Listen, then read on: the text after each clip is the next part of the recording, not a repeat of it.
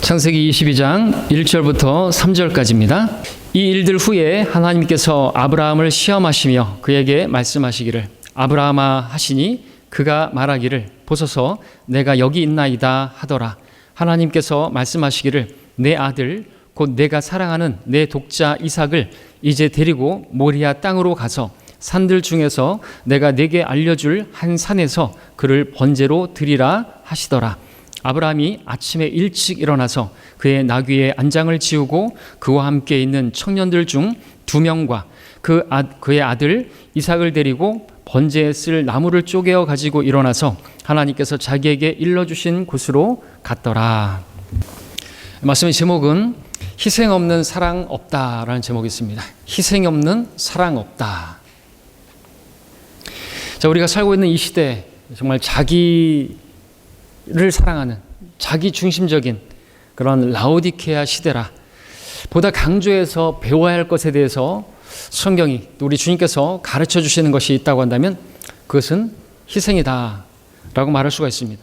오늘 우리가 사는 이 시대는 희생이 무엇인지 모르는 그런 세대이죠. 여러분은 아십니까? 희생을 아십니까?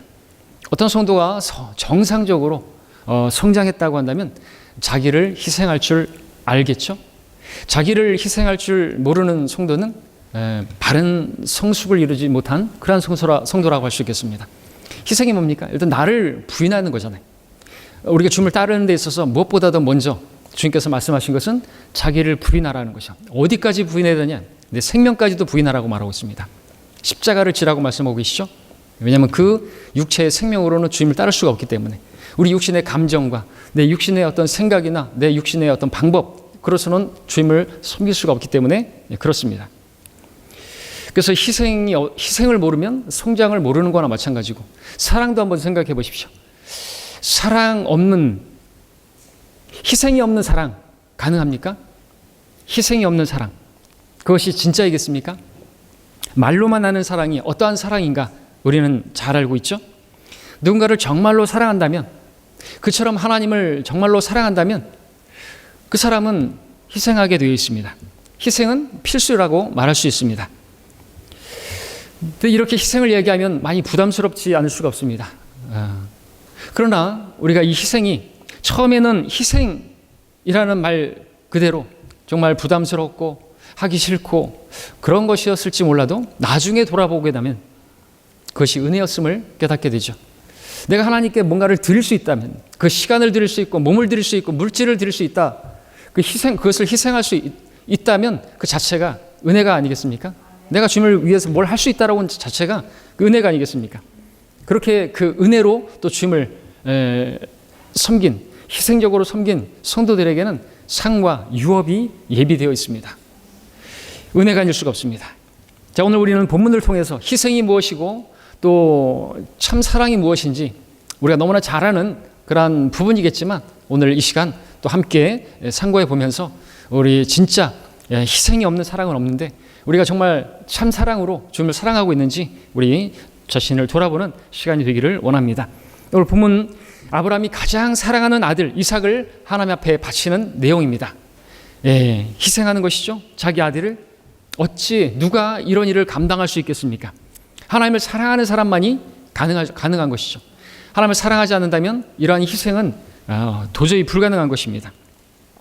자, 오늘 희생 없는 사랑 없다라는 말씀을 볼 때 본문이 3구절이니까 이 한 절씩에서 3가지 대지로 3부분에 걸쳐서 말씀을 보고자 합니다. 첫 번째로 희생 없는 사랑 없다. 사랑은 희생을 통해서 나타나야 한다라는 전제가 되겠습니다. 제가 지금 뭐라고 읽었죠? 제대로 읽었습니다. 저 거꾸로 읽은 줄 알고. 희생은 사랑을 통해서. 근데 거꾸로 해도 맞는 거 아닙니까? 자, 그렇습니다. 사랑은 희생을 통해서 나타난다고 했습니다. 희생이 없는 사랑은 가짜라고 말할 수가 있는 것이죠. 1절을 다시 한번 제가 읽겠습니다. 이 일들 후에 하나님께서 아브라함을 시험하시며 그에게 말씀하시기를 아브라함아 하시니 그가 말하기를 보소서 내가 여기 있나이다 하더라.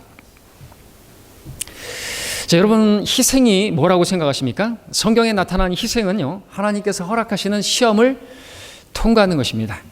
그 시험을 잘 통과했을 때 하나님께서 매우 기뻐하시죠. 그 부분을 우리는 욥기를 통해서 분명히 알 수 있지 않습니까? 하나님께서 욥을 얼마나 자랑스러워하셨습니까?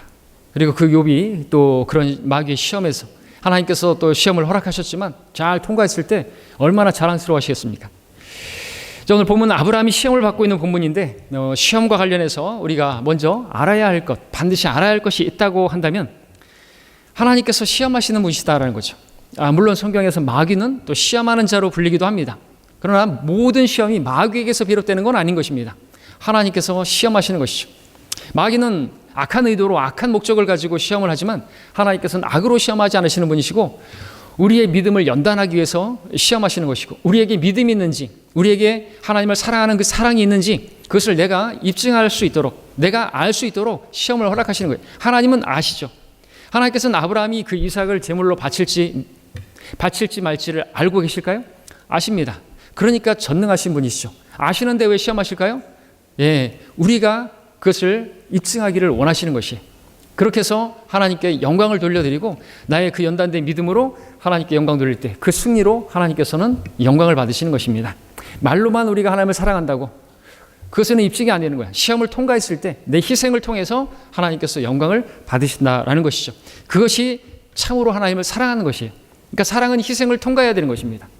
그 희생을 통해서 나타나게 되는 것이죠. 그래서 우리가 하나님을 정말로 사랑하는지를 우리가 알 수 있도록 우리가 보기를 원하셔서 우리에게 시험을 허락하신다라는 것입니다. 그것을 아브라함을 통해서 오늘 또 볼 수가 있는 것입니다. 오늘 아브라함에게 시험이 찾아왔는데 이 시험이 처음 있었던 시험은 아니죠. 창세기 12장에서 아브라함을 처음 부르셨을 때부터 하나님의 그 부르심 자체가 시험이라고 말할 수 있습니다. 그러니까 어떻게 보면 어떤 면에서는 하나님의 부르심을 들을 때 좀 부담스러울 수가 있어요. 왜냐하면 그것이 시험일 수 있기 때문에 그렇습니다. 많은 경우 시험입니다. 하나님께서 부르시면 왜냐하면 그건 너무나 영광스러운 부르심인데 우리의 입장에서는 그것이 많은 것을 희생해야 되기 때문에 그렇죠. 창세기 12장에서 하나님께서 아브라함을 부르셨을 때 그 하신 말씀이 뭐죠? 한마디로 말하면 다 떠나라는 것이죠. 다 그 관계를 끊으라는 것이죠. 내가 그동안에 살면서 정들었던 내 고향, 내 아버지, 절대적인 지주, 내 친족까지도 다 그 관계를 끊어버리고 나오라는 것이에요. 거기에 뭐가 필요하죠? 희생이 필요한 것입니다.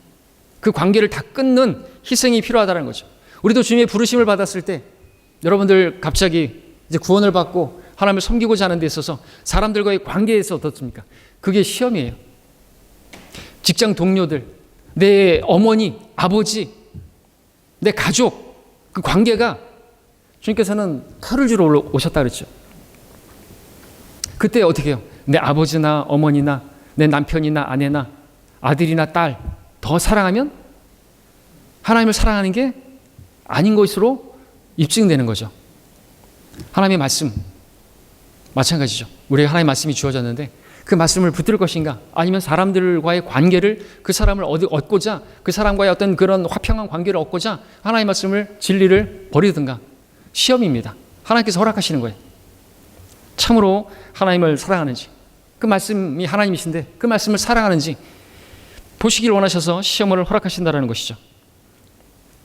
아브라함은 창세기 12장에서 75세의 부름을 받았습니다. 뭔가를 새롭게 시작할 나이는 너무나 적지 않은 나이죠. 너무 늦은 나이가 아니겠습니까? 게다가 어디로 가는지도 말씀 안 해주시고 어디로 가야 할지도 모르고 게다가 고향과 친족과 아비를 그 집을 떠나라고 했습니다. 떠나면 그 시험에 패스하는 것이고 떠나지 않으면 탈락하는 것입니다. 자, 아브라함은 하나님의 친구라 불리고 믿음의 조상이라 불리고 있습니다. 합당한 이름이죠. 왜냐하면 하나님께서 불가능한 요구를 하셨는데 거기에 순종한 것입니다. 승리한 것이죠. 그 시험을 통과했기 때문에 그렇습니다. 믿음으로 통과한 것입니다. 아무것도 보이는 것은 없는데 어디로 가야 할지도 모르는데 자신에게서 자식이 태어날 거라고 하는 기미도 안 보이는데 근데 히브리서 11장에서는 그가 믿음으로 나아갔다고 떠났다고 기록하고 있습니다. 물론 처음에는 친족 롯을 데리고 나오기는 했지만 그럼에도 히브리서 11장에서는 믿음으로 행한 것들만을 그렇게 기록하시는 주님의 자비하심을 보게 되죠. 우리도 연약하고 부족하고 온전치 못하지만 하나님께서는 그런 모습들은 기록하지 않으시고 믿음으로 승리했다고 그렇게 기록하고 있습니다. 자, 하나님께서 하나님의 사람을 연단하셔서 하나님의 사람다운 능력을 갖추게 하시는 데 있어서 시험은 필수입니다. 가장 빈번하게 주시는 시험이 뭘까요? 그것은 배고픔입니다. 먹는 거 가지고 시험하시는 것이죠. 근데 마귀도 모방을 해요. 그래서 예수님을 시험할 때 3가지 시험 중에서 첫 번째가 뭐였습니까? 돌을 빵이 되게 해서 먹으라는 거죠. 아니 40일 밤낮을 굶고 빵 앞에 장사 있습니까? 시험입니다. 성경에 나오는 많은 기근이 있죠. 그 기근을 누가 허락하셨죠? 하나님께서 허락하십니다. 그 기근으로 막말이 아니라 쉽게 말해서 먹는 거 갖고 시험하신다는 거죠. 오늘날로 말하면 돈 가지고 시험하시는 거예요. 왜? 우리는 먹을 것이 없어서 쌀 떨어진 분 안 계시잖아요. 집에 먹을 게 없는 분 없죠. 라오디케아 시대 부자고 부유하고 아무것도 부족한 것이 없는데 돈이 시험이 됩니다. 돈이 살아가는 것이 모든 악의 뿌리인데, 자, 먹는 것 갖고 그게 시험이 될까요? 되죠. 당시에는 그랬습니다. 아브라함도 이 부분에서 실패했던 적 있죠. 그래서 먹을 것 때문에 이집트로 내려가지 않았습니까? 룻기에도 보니까 이스라엘 시험하기 위해서 기근을 허락하셨습니다. 자, 시험에는 기억하십시오. 반드시 하나님 목적이 있습니다. 근데 시험 중에서 진짜 우리에게 어려운 부분이 있다고 한다면 그것은 먹는 문제라기보다는 아까 말씀드렸던 것처럼 관계의 문제입니다. 내가 지금까지 맺어왔던 그 관계. 사람들은 관계 속에서 그 삶의 의미를 찾기도 하고 또 관계 속에서 행복을 추구하기도 하죠. 아브라함을 첫째로 부르셨을 때도 그 아버지 집을 떠나라. 또 아들과 같은 조카 롯을 데리고 나왔지만 그 조카도 떠나라고 또 말씀하시죠. 완전한 순종을 말씀하시는 것입니다. 아브라함은 롯을 정말 아들처럼 그렇게 애정을 가지고 있었습니다. 그렇기 때문에 그 소돔에 있었을 때 포로로 되어 갔을 때 자기의 있는 집안에 있는 사람들을 데리고 가서 구해내지 않았습니까?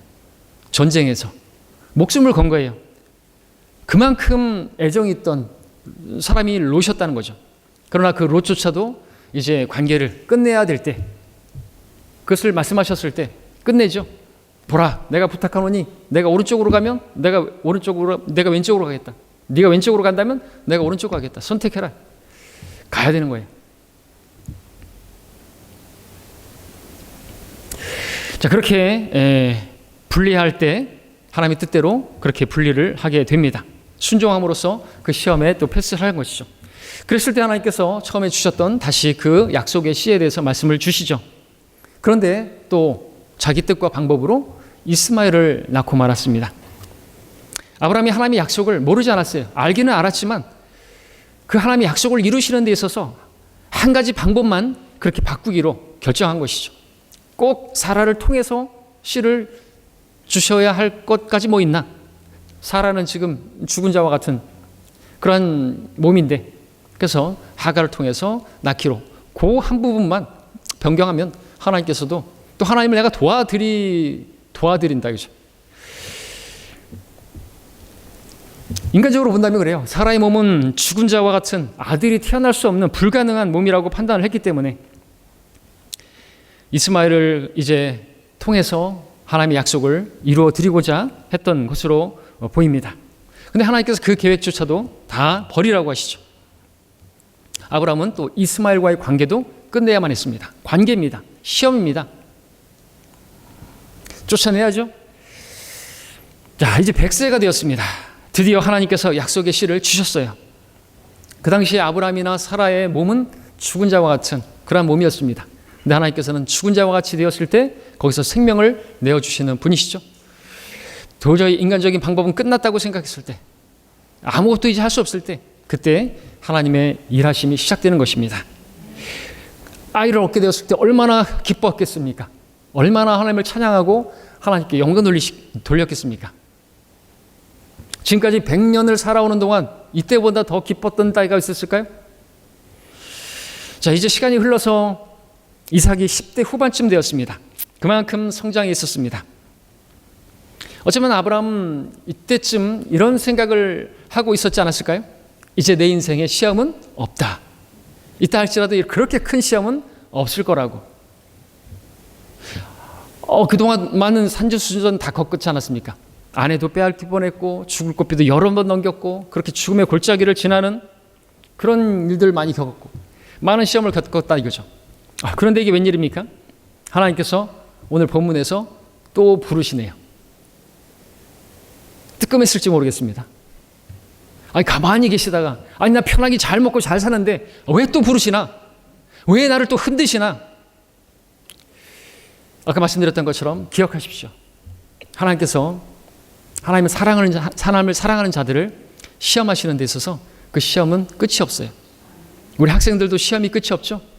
그 시험을 통해서 우리에게 정금 같은 믿음을 주시고 우리가 예수 그리스도를 아는 그 장성한 분량에 그 충만함에 이르게 하시려고 계속해서 주님을 더 알 수 있도록 주님을 진짜로 사랑하게 하시려고 허락하신다는 거죠. 시험을. 근데 우리는 시험을 싫어해요. 우리가 원하는 것은, 우리 육신이 원하는 것은 안정이죠. 안정된 삶을 위해서 여러분들 지금 모든 시간을 투자하고 있지 않습니까? 모든 열정과 수고와 땀을 무엇을 위해서 그렇게 투자하고 있는 것이에요? 안정된 삶을 위해서. 그러나 아십시오. 믿음에 있어서 이 안정이라는 것은 최대의 적입니다. 왜냐? 믿음의 성격 때문에 그래요. 믿음이라는 것은요, 배가 항구를 향해서 계속해서 항해야 하는 것과 마찬가지입니다. 비로소 안정이라는 것은 항구에 도착했을 때만 가져질 수 있는 것이. 우리는 아직 항구에 도착하지 않았어요. 우리 아직 주님 만나지 않았습니다. 이 세상에 있는 동안 이 세상은 광야와 같고 이 세상은 전쟁터라고 말하고 있어요. 영적인 시각으로 본다면 마귀가 사람들을 다 지금 지옥으로 끌고 가고 있고 마귀의 교리로 얼마나 많은 사람들을 미혹하고 있는 것입니까? 전쟁터예요. 놀이터가 아닙니다. 그런데 내 배가 크다는 이유로, 내 배에 먹을 것이 많다는 이유로 항해를 중단해버린다면 그 사람은, 그 믿음은 파선한 배와 같이 되는 것이죠. 그 믿음이 파선한 것이라고 성경은 말하고 있습니다. 또 우리는 전쟁 중에 있는 군사들이라고 성경 말씀하고 계시죠. 우리를 군사로 불러주신 그분을 기쁘시게 하기 위해서 싸우는 전사들이라고 말하고 있습니다. 근데 전쟁이 끝나지도 않았는데 칼집에다가 칼을 꽂아버리게 되면 우리를 군사로 부르신 그분을 전혀 기쁘게 해드릴 수가 없는 것입니다. 싸우라고 그 시험을 허락하셨는데, 그 전쟁을 허락하셨는데, 말씀의 칼을 뽑아서 그 말씀으로 승리해야 되는데, 주님께서 말씀으로 마귀를 대적했던 것처럼 승리하라고 그 말씀을 주셨는데 말씀을 내팽개쳐버려요. 말씀을 묵상한 것이 없고 암송한 게 없으니까 그냥 패배해버리네. 말씀만 인용하면, 말씀만 붙든다면 마귀에게 이길 수가 있는데, 그 시험에서 승리할 수가 있는데 많은 영적 사상자들이 나온 것이죠. 자, 아브라함이 시험을 통과했을 때 그 승리를 통해서 하나님께서 얼마나 기뻐하시고 큰 영광을 받으셨겠습니까? 기억하십시오. 하나님께서는 여러분이 시험을 통과함으로써 여러분이 하나님을 사랑하는가를 알기를 원하신다는 것입니다. 그러므로 여러분들이 하나님으로부터 시험을 받았다라고 판단이 되었다고 한다면 반드시 그 시험에 통과하셔야만 하는 것입니다.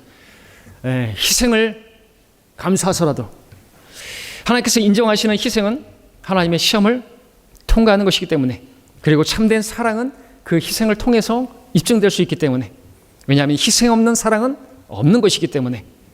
자, 그렇다면 희생이 무엇인지, 참 사랑이 무엇인지 아시게 되었죠? 희생으로 사랑을 입증하셔야만 하는 것입니다.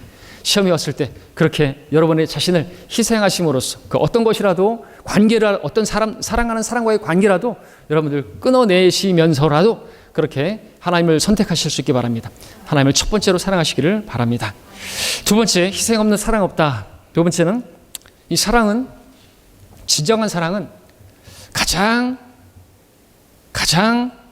나의 소중한 것을 드리는 것이다. 성경은 그렇게 말씀하고 있습니다. 2절을 보겠습니다. 다시 함께 읽겠습니다. 함께 2절을 읽겠습니다. 시작. 하나님께서 말씀하시기를 내 아들 곧 내가 사랑하는 내 독자 이삭을 이제 데리고 모리아 땅으로 가서 산들 중에서 내가 내게 알려줄 산에서 그를 번제로 드리라 하시더라. 하나님께서 이런 걸 요구하십니다. 가장 소중한, 하나님께서 나에게 원하시는 것이 있어요. 그것이 나에게 가장 소중한 것입니다. 있어도 되고 없어도 되는 거 하나님께서 달라고 하시면 그것이 시험일까요? 없어도 되는 것을 요구하시면 시험이 아니죠. 왜? 거기는 시련도 없고 어떤 갈등도 없고 머뭇거림도 전혀 없습니다. 그러세요? 그냥 가지세요, 주님.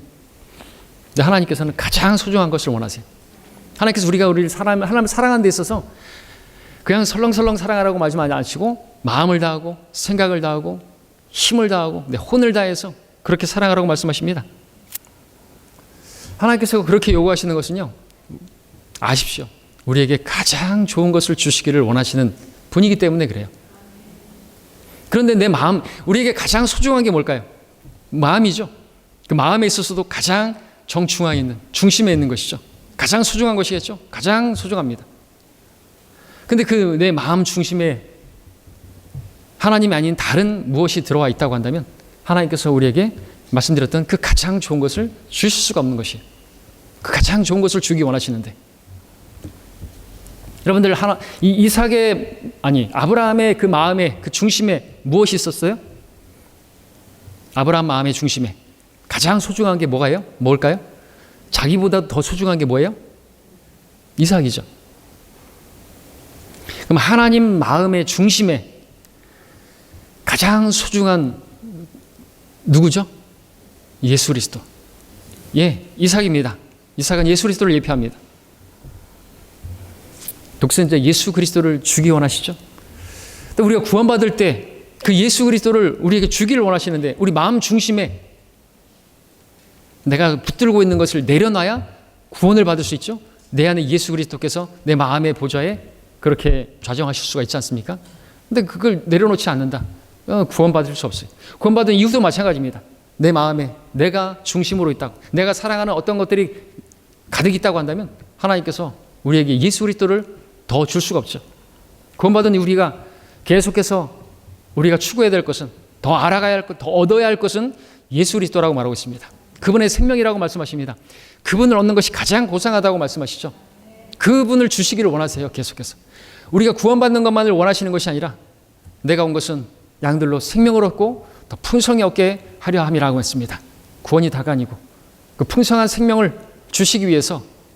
근데 우리의 마음 중심에 무언가가 들어있네요. 하나님보다, 우리 주님보다 더 사랑하는 것이 있네요. 하나님께서 주실 수가 없어서 기다리실 수밖에 없는 것입니다. 사람들에게 가장 소중한 게 뭐죠? 자녀들에게는 어머니, 아버지, 또 부모들에게는 아들이나 딸, 남편에게는 아내, 아내에게는 남편이 가장 소중하겠죠? 하나님께서는 근데 그들보다 하나님을 더 사랑하기를 원하시죠. 나아가서 그들뿐만 아니라 나 자신조차도 부인하라고 말씀하세요. 십자가를 지라고 말씀하시죠. 자, 하나님께서는 아브라함이 자신보다 더 사랑하는 이삭을 바치라고 하셨습니다. 가장 소중한. 질문 드려보겠습니다. 여러분 시험을 받아본 적 있으세요? 하나님의 진정한 시험 받아본 적 있습니까? 여러분에게 가장 소중한 것을 하나님께서 요구하신 적 있으세요? 그런 시험을 받아본 적이 없다면 진정 시험을 받았다고 말할 수 없겠죠. 그런 시험을 받지 못하였다고 한다면 나는 어쩌면 하나님을 진정으로 사랑한다고 말할 수 있는 사람이 못 되는 게 아닐까 생각해 볼 수 있지 않습니까? 그것이 무엇입니까? 여러분에게 가장 소중한 것, 그걸 달라고 요구한다면 여러분들 드릴 수 있겠습니까? 그렇다고 한다면 여러분 하나님 사랑하는 것이에요. 아직 내게 가장 소중한 것을 달라고 하나님께서 요구하진 않으셨지만 그걸 언제든지 달라고 하신다면 내가 드릴 수 있습니다. 내 아들이라도 줄 수 있습니다. 내 아내라도, 내 남편이라도, 내 부모님이라도 하나님 데려가신다고 하더라도 주님을 찬양하겠습니다. 주신 분도 주시고 빼앗아 가신 분도 주시니 주님을 송축하겠습니다. 여러분들 그런 욥과 같은, 또 우리 아브라함과 같은 그런 믿음의 자세가 여러분에게 시험이 왔을 때, 가장 소중한 것을 달라고 요구하셨을 때 여러분의 자세가 아브라함과 같아야 하는 것이죠. 아브라함은 그 믿음으로, 하나님을 사랑하는 그 사랑으로 그 믿음에서, 그 시험에서 승리를 했던 것입니다. 자, 성경에 의하면요, 하나님을 사랑하는 것은요, 예수 그리스도를 사랑하는 것으로 그렇게 말씀하고 있습니다. 쉽게 설명해 주시는 것이죠. 하나님을 사랑한다. 말로는 얼마든지 할 수 있어요. 눈에 보이지 않는데요. 하나님이 영이신데요. 눈에 보이지 않는 하나님을 어떻게 사랑할 수 있어요? 그래서 눈에 보이도록 하나님께서 오신 분이 예수님이세요. 근데 예수님을 향해서 이를 갈고 돌을 던지고 그 사람들이 아무리 하나님을 사랑한다고 하고 하나님의 말씀을 필사한다 그러고 하나님의 말씀을 가르친다고 한다 할지라도 그 사람들은 하나님을 사랑하는 게 전혀 아닌 것이었죠. 그리고 예수 그리스도를 사랑하는 것을 입증하는 것은 또 하나님 말씀을 사랑하는 것이죠. 왜? 그 말씀이 하나님이시기 때문에. 태초에 말씀이 계셨고 그 말씀이 하나님과 함께 계셨으니 그 말씀이 하나님, 그 말씀이 육신을 입고 오신 분이.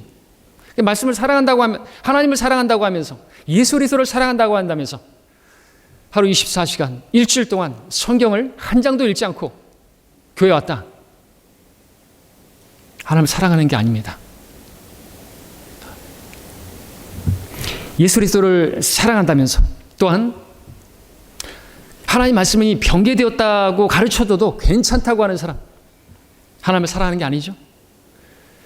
사람마다 각자 자기 몸은 아끼고 육성한다고 했습니다. 자기 몸에 어떤 이물질이 들어가는 것을 허락지 않죠. 어떤 음식이 조금이라도 거기에 곰팡이가 꼈다든지 그러면은 그 빵을 먹을 수가 있겠습니까? 먹지 않죠. 근데 하나님 말씀에 변개되었다고, 거기에 누룩이 들어갔다고, 거기에 삭제가 되고 첨가가 되고 대체가 되었고 예수 그리스도의 신성이 부인되어진 부분들이 많고, 신약에서만 2만 2천 단어, 전체 3만 6천 군데가 변개되었다고 해도 아무렇지도 않고 그것으로 얼마든지 신앙생활했다고 할 수 있다고 그렇게 말하는 사람들은 누구죠? 나를 사랑하는 자들은 내 말들을 지키리니라고 말하고 있습니다. 나를 사랑하지 않는 자는 나의 말들을 지키지 않는다고 했습니다. 하나님 말씀, 지켜진 하나님 말씀을 찾아야죠. 바른 성경, 킹제임스 성경을 찾아야죠.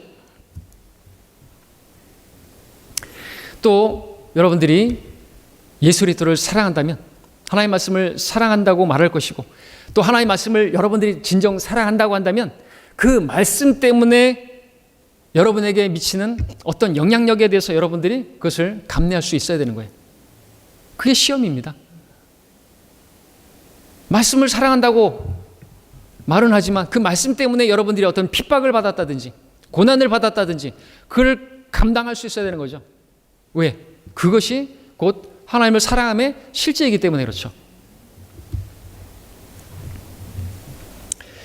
하나님 말씀으로 인하여 쓴맛을 내가 볼 수 있어야 되는 거예요.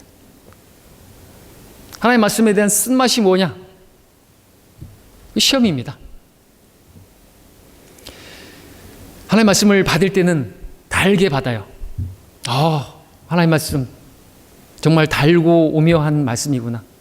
참으로 나에게 마음의 위로를 주는 말씀이구나. 내 마음에 평안을 주는 말씀이구나. 너무 귀한 말씀이다. 말씀을 받을 때는 너무나 기쁘고 좋아해요. 근데 그 말씀이 내 것이 되어야 되죠. 소화가 되어야 됩니다. 계시록 10장에 보니까 그 책을 집어서 먹으라고 말합니다. 뭐라고 말씀하시죠? 내 입에는 달지만 내 배에는 쓰게 되리라. 근데 입에 달면 먹고 또 입에 쓰면 뱉습니까? 그건 하나님의 말씀을 사랑하는 게 아니죠. 자, 그 말씀이 내 뼈와 살이 되고 내 생명이 되고자 한다면 반드시 배에서 위액을 통과해야 돼요. 위액이 합쳐져야 되죠. 위액만큼 쓴 것이었습니까? 위액만큼 독한 것이었어요. 그것을 다 분해시켜버리고 좋은 영양소만을 그렇게 내 몸에 흡수시키는 게 바로 그것이 위액이 하는 일이죠. 자, 하나님의 말씀을 여러분이 받았더니 어떻게 되셨습니까? 그 말씀 때문에 어떤 일이 벌어졌습니까? 여러분들 지금까지 관계했던 사람들과 단절되셨습니까? 그렇게 친했던 친구와의 관계가 서먹서먹해졌습니까? 시험이에요. 통과하셔야죠. 내가 지금까지 이 장사로 먹고 살아왔는데 성경을 보니까, 하나님의 말씀을 보니까 그것이 부정한 방법이래요. 속이는 것이래요. 시험이죠. 그것을 청산하라고 그래요. 청산하면 패스하는 것이죠. 술 장사를 하고 어떤 그런 장사를 하고 있는데 접을 수 있어야 되겠죠.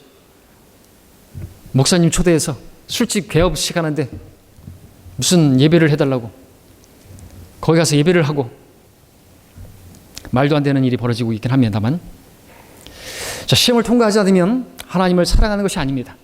하나님의 말씀을 사랑하는 것이 아닙니다. 마가복음 4장에 보면 씨 뿌리는 자의 비유를 통해서 말씀하셨죠. 하나님 말씀을 들을 때는 너무나 기뻐요. 말씀을 들을 때는 은혜로운 말씀이에요. 근데 그 말씀이 열매를 맺지 못하는데 무엇 때문에 그래요? 쓴 게 왔네요. 박해가 왔습니다. 또 자기 사랑도 있어요. 또 어떤 이생 염려도 있습니다. 그런 것 때문에 그걸 포기하지 못하는 거죠. 열매 맺지 못한다고 말하고 있습니다. 나에게서 가장 소중하게 생각하는 물질, 쾌락, 나의 꿈, 내 자아 성취, 그러한 것이 하나님의 말씀과 부딪힐 때 그것을 과감하게 희생할 수 없다고 한다면 열매를 맺을 수가 없는 것입니다. 어려움이 오면 즉시로 그 길가에 떨어진 씨앗처럼 공중에 새가 날아와서 취해가 버립니다. 열매를 맺지 못합니다. 가시떨기 마찬가지죠. 자, 2절에 보니까 오늘 본문에 독자라는 표현이 나옵니다. 하나밖에 없는 아들입니다. 하나님께서 거기 덧붙여서 네가 사랑하는 독자라고 말씀해 주십니다. 이런 이삭을 번제로 바치라고 말씀하십니다. 진정한 사랑은 희생을 통해서 나타나야 하기 때문에 그렇죠. 진정한 희생은 시험을 통과하는 것입니다. 자, 이제 여러분 이것을 아셨죠? 하나님께서 나를 사랑하시는 것을 알았고 하나님께서 나를 사랑하시기 위해서 허락하시는 시험이 있다는 것을 아셨죠? 어찌해야 되겠습니까? 시험의 본질은 내가 가장 소중하게 여기는 그것을 하나님께 바치는 것입니다. 그래야 하나님께서 가장 소중하게 여기시는 것을 내 마음 중심에 주실 수 있기 때문에 그렇습니다. 여기서 시험에 통과하면 나를 통해 하나님께서 승리를 얻으시고 영광을 얻으시는 것입니다. 내가 시험에 굴복하게 되면 우리는 이 땅에서 열매를 맺지 못할 뿐만 아니라 어떠한 영광도 하나님께 돌릴 수가 없는 것입니다. 우리가 이 땅에 있는 이유가 뭐죠? 하나님께 영광 돌리기 위해서, 나를 통해서 하나님께서 더 많은 영광을 받으시고 하나님께서 더 많은 사람들에게 알려져서 칭찬과 존귀와 영광을 받으시는 것, 그거 아닙니까? 내 영광을 위해서 사는 게 아니죠. 나를 구원하신, 나를 위해서 죽으신 그분을 위해서 우리가 사는 것입니다.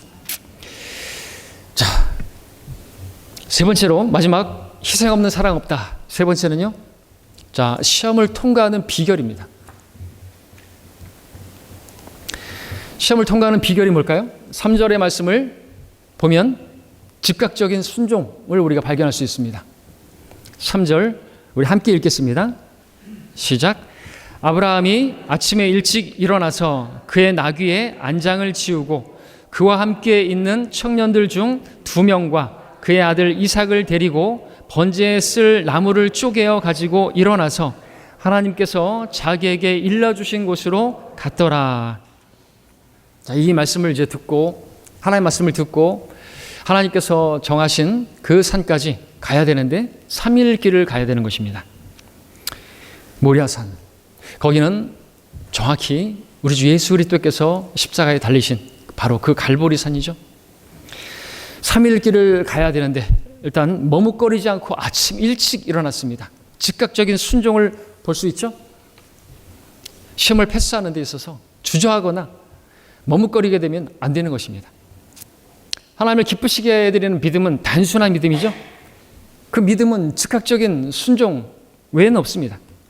아브라함에게 이삭을 바치라고 하셨을 때 아브라함의 입장에서 생각해 본다면 이런 요구도 하시나? 하나부터 10까지 납득이 되고 이해가 되는 그런 내용이 하나도 없습니다. 언제 하나님께서 인간 제물을 바치라고 하신 적 있습니까? 그렇게 반복해서 반대하시고 금하신 것이 아들과 딸을 불에 통과하게 하지 말라고 그렇게 말씀하지 않았습니까? 아무리 이성적으로 생각하려고 해도, 하나님 편에서 생각해 보려고 해도 도저히 이해가 안 됩니다. 이 이삭을 주시기 위해서 지금까지 얼마나 많은 시험을 거쳐왔던 것입니까? 이스마엘이라고 하는 그 뼈아픈 실패의 경험도 겪었지 않습니까? 이 당시 아브라함이 한참 기대에 부풀어 있었을 때가 아닐까요? 이삭을 통해서 하나님께서 많은 민족을 주시고 그 많은 민족의 아버지가 되게 하겠다고 하셨는데, 근데 그런 이삭을 싹둑 잘라버리면 어떻게 되는 것입니까? 이삭을 바치라고요? 기꺼이 바치겠습니다. 무슨 뭐 선지자나 나시린이나 아니면은 선지자나 아니면 사도나 아니면은 목사나 뭐 선교사나 바칠 수 있습니다. 그런데 불태우랍니다. 불태워. 죽여서. 도저히 이해가 안 되고 납득이 안 되는 거죠. 더 이해가 안 되는 것은 그것을 말씀하신 분이 하나님이시세요. 마귀가 들려주는 음성이었다고 한다면 사탄아 물러가라, 그러면 끝나는 일인데, 하나님께서 말씀하셨다니, 자기를 지금까지 불러주시고 가장 좋은 길로 지금까지 인도해 주신 그 하나님께서 하신 말씀이다라는 거죠. 자, 우리가 닥치는 시험에는 많은 부분 예상이 가능한 시험들이 있습니다. 하나님의 목적을 이루시려고, 또 합력하여 선을 이루게 하시려고 이 어려움도 허락하셨구나. 예상되는 시험이 있습니다. 그러나 전혀 그렇지 못한 시험들도 있는 것입니다. 그래서 참으로 이상한 일이 일어났다라고 생각할 만한 그런 시험도 있는 것이죠. 사도 베드로는 이상하게 여길 일이 아니라고 말하고 있습니다. 그 불같은 시련이 우리로 하여금 정금 같은 믿음을, 가짜 믿음 다 걸러내고 진짜 믿음을 주시기 위해서 허락되어진 시험이라고, 이상하게 여길 게 아니라고 말씀하고 계시죠. 아브라함은 이상하게 여기지 않았을 거죠. 자, 아브라함의 경우 참 설명도 없습니다. 어떻게 도저히 예측도 가능하지 않습니다. 이삭을 번제로 바치라는 말씀밖에 없습니다. 우리에게도 이런 시험이 올 수 있습니다. 전혀 예상하지 못한, 마치 뒤통수를 맞은 것 같은, 하나님께 배신당하는 것 같은, 내가 지금까지 하나님을 섬겼던 것이 겨우 이것밖에 안 되는 것인가? 내가 내 일생을 들여서 하나님을 섬겼는데 겨우 하나님께서 주시는 것이 이런 것인가? 그런 말이 나올 것 같은 그런 시험도 허락해 주신다는 것이죠. 그런 형태로 시험이 올 수도 있습니다. 도대체 왜 나에게 이런 일이 벌어지는 것이죠? 그때 여러분들이 하나님의 뜻 가운데서 하나님과 동행하는 중에 계시다고 한다면요, 아브라함의 이 모습이 여러분의 모습이 되어야 되는, 즉각적인 순종이 필요한 것입니다. 그러나 그렇지 않다고 한다면, 여러분이 죄 가운데 연륜이 됐다고 한다면, 여러분이 주님을 따르기는 따르는데 멀찌감치 베드로처럼 따르고 있다고 한다면 틀림없습니다. 뭐 때문에 주어진 것이죠? 하나님과 밀착해서 교제하라고, 하나님과 거리 두지 말라고. 시험 오는 거예요. 하나님과 나 사이에 거리가 있으면 거기에 마귀가 개입하기 때문에 멀찍이 따라가지 말아요, 그죠? 베드로 시험 걸렸죠. 시험에 들었지 않습니까? 그래서 주님을 3번이나 부인한 거 아닙니까? 그런다고 한다면 즉시로 무릎 꿇고 예수 그리스도의 보혈을 의지하고 회개해야 되는 것이다. 돌이켜야 되는 것입니다. 그러나 여러분들이 주님과 동행하는 중에 정말 이해할 수 없는 어떤 일이 찾아왔고, 그것이 이제 하나님의 시험이라고 깨달아졌다고 한다면 전적으로 하나님을 신뢰하고 맡겨야 하는 것입니다. 즉각적인 순종으로 하나님께서 가라고 하신 곳으로 가야 하고, 행하라고 하신 그 일을 행해야 되는 것입니다. 자, 아브라함이 이삭을 드려야 할 때 그 마음이, 그 고통이라는 것을 여러분들이 헤아릴 수가 있을까요? 출발하는 날에는 아침 일찍 그렇게 출발을 하긴 했지만 사흘길을 가야 되는 거예요. 그 사흘 동안 아들과 함께 보내야 되는 것입니다. 밤이 되면 텐트를 쳤겠죠. 아이와 누웠겠죠. 아이는 전혀 모르고 있습니다. 성경을 보니 끝까지 몰라요. 이삭은 전에 했던 것처럼 아버지와 함께 그렇게 희생제사를 드리기 위해서 제단을 쌓고 희생제사를 드리기 위해서 가는 것이겠구나, 좋은 의도로 그런 마음으로 가고 있습니다. 자, 그런 가운데서 아들과 함께 누웠는데 아브라함 잠이 올까요? 여러분 같으면 잠이 오겠습니까? 얼마나 많은 갈등이 있었을까요? 그 순간에 또 얼마나 많은 마귀의 공격이, 그 음성이 들렸을까요? 아무리 하나님의 뜻이라도 그렇지 현실적으로 이해가 되고 납득이 되는 걸 순종해야지. 어떻게 얻은 아들인데 이 아들을 네가 죽일 수 있다고? 그 아들이 태어났을 때 젖을 떼던 날 잔치를 벌이고,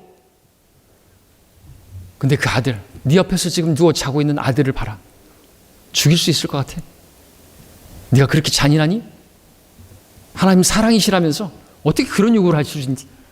야, 네가 여기까지 온 것만 해도, 하루길을 온 것만 해도 대단하다고 여기실 거야. 그러니까 당장 보따리 싸서 다시 돌아가.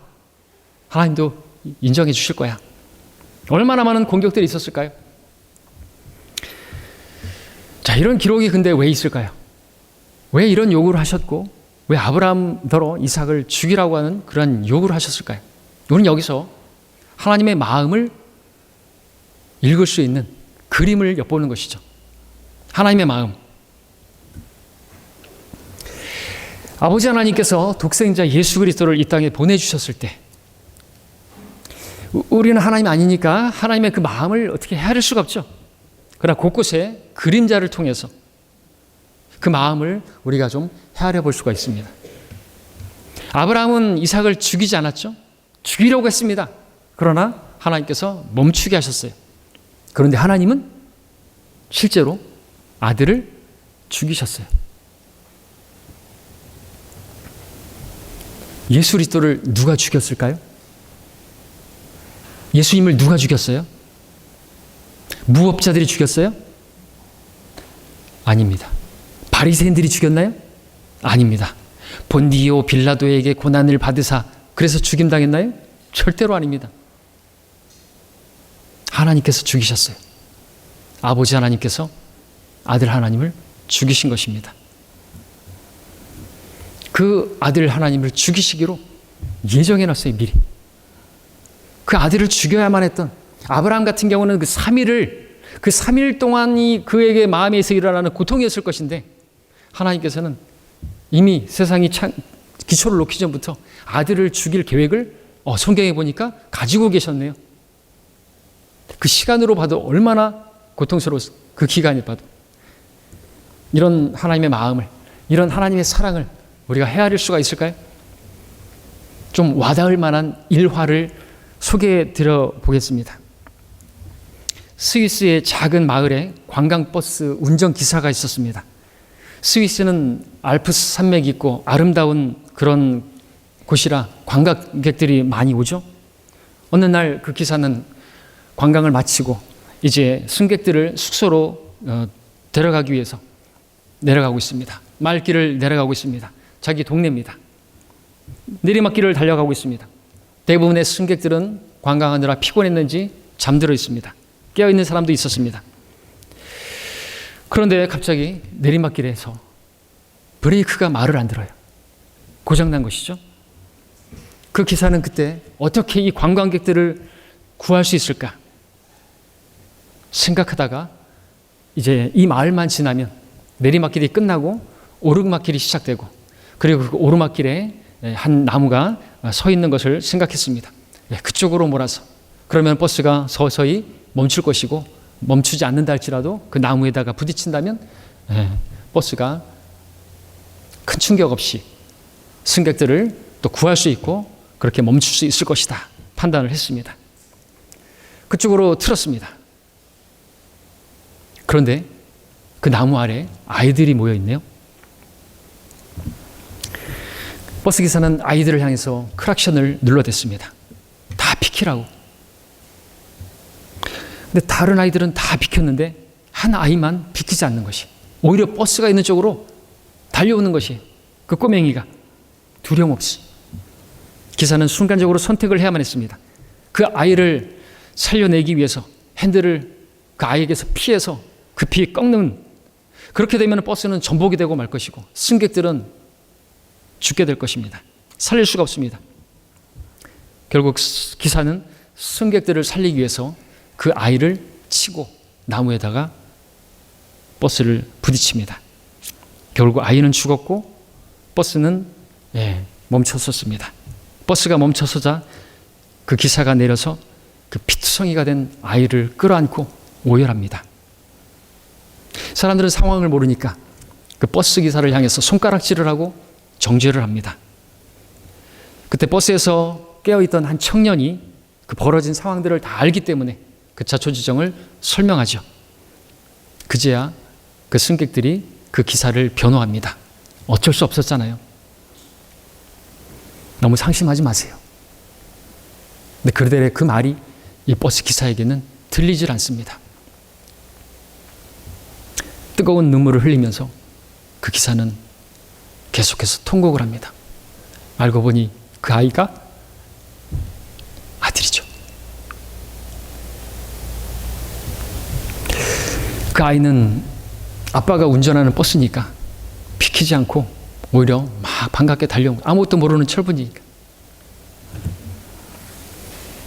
아들 하나님을 죽이신 아버지의 비통한 마음을, 그 심정을 우리가 헤아릴 수 있을까요?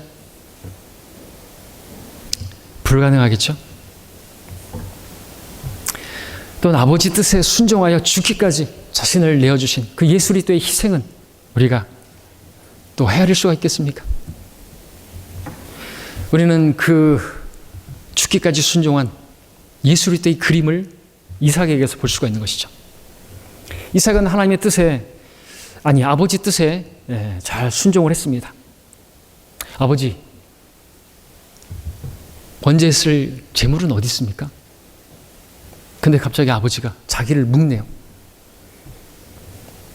아브라함은 지금 힘없는 노인입니다. 반면에 이삭은 혈기왕성한 10대 후반의 청년입니다. 근데 저항하지 않습니다. 자원해서 자기를 제물로 내어준 것이죠. 이삭은 우리 예수 그리스도의 모습을 보여주는 것이고요. 아브라함은 우리 아버지 하나님의 아버지 하나님의 모습을 보여주는 것입니다. 예수 그리스도는 아버지의 뜻에 일생 동안 자원하는 마음으로, 기쁜 마음으로 순종하면서 십자가의 죽음에까지 순종하셨습니다. 여러분, 이러한 주님을 통해서 구원을 받으셨죠? 자, 오늘 말씀의 주제가 희생, 없는 사랑 없다인데, 과연 누가 주님을 위해서 희생할 수 있습니까? 누가 그 시험을, 희생을 감내하면서까지 통과할 수 있습니까? 이 주님의 순종을 알게 된 사람 아닐까요? 하나님의 사랑을 깨달은 사람 아니겠습니까? 주님의 희생이 어떠한 희생인지, 하나님의 사랑이 어떠한 사랑인지 맛을 본 사람들이 그렇게 희생을 통해 하나님을 사랑하는 성도가 될 수 있지 않겠습니까? 자, 오늘 우리는 주의 만찬을 갖습니다. 예수님께서 말씀하십니다. 나를 기억하라. 오늘 이 만찬을 행하면서 말씀하십니다. 나를 기억하라. 우리 하나님이십니다. 왜 기억하는 것이죠? 사랑하니까 기억하는 것이죠. 사랑 받을 만한 분이시니까 기억해야죠. 그리고 사랑한다면 희생할 수 있어야 하겠죠. 여러분, 오늘까지 지나온 날을 생각해 보십시오. 여러분이 희생 없이 예수 그리스도를 전파한 적이 있습니까? 왜 그렇게 희생을 하셨다고 했습니까? 사랑이기 때문 아닐까요? 그분이 누구신지 알았기 때문에, 내가 희생하기 전에 그분께서 나를 위해서 하신 그 희생이 어떠한 희생이었는지 알기 때문에 여러분들도 그렇게 희생하는 것이죠. 마음에서 으로부터 나오는 감사가 있지 않습니까? 내가 드리지 못할 게 뭐가 있습니까? 내 마음을 드리고 시간을 드리고 열정을 드릴 수 있습니다. 이제 내가 그분을 위해, 그분을 사랑하기 때문에 그분을 위해 나는 세상에서 기꺼이 나를 부인하고 어리석은 자가 되고 바보가 되고 찌꺼기가 될 수가 있습니다.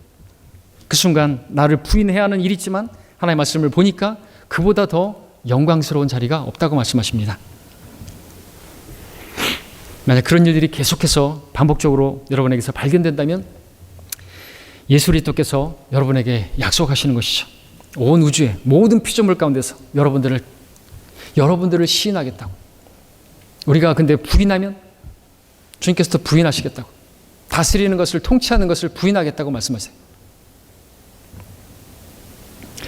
자, 이제 우리는 주의 만찬에 참여합니다. 누구나 참여하는 건 아닙니다. 아무나 참여할 수 있는 게 아니죠. 구원을 받았다면 첫 번째 순종인, 즉각적으로 해야 하는 순종인 이 침례의 순종을 했어야만 합니다. 그리고 죄로부터 성별된 사람만이 참여할 수가 있습니다. 참여하기 전에 여러분들이 알려진 죄가 있고 또 자백하지 않은 죄가 있다고 한다면 자백하시고 회복하시고 그렇게 참여하시기를 바랍니다. 오늘 하나님의 말씀을 통해서 지금까지 예수 그리스도를 사랑해 온 것, 예수 그리스도를 사랑하기 위해서 참된 희생을 하나님 앞에 치른 것, 그런 것이 여러분에게 은혜이고 또 기회였음을 감사하면서 반드시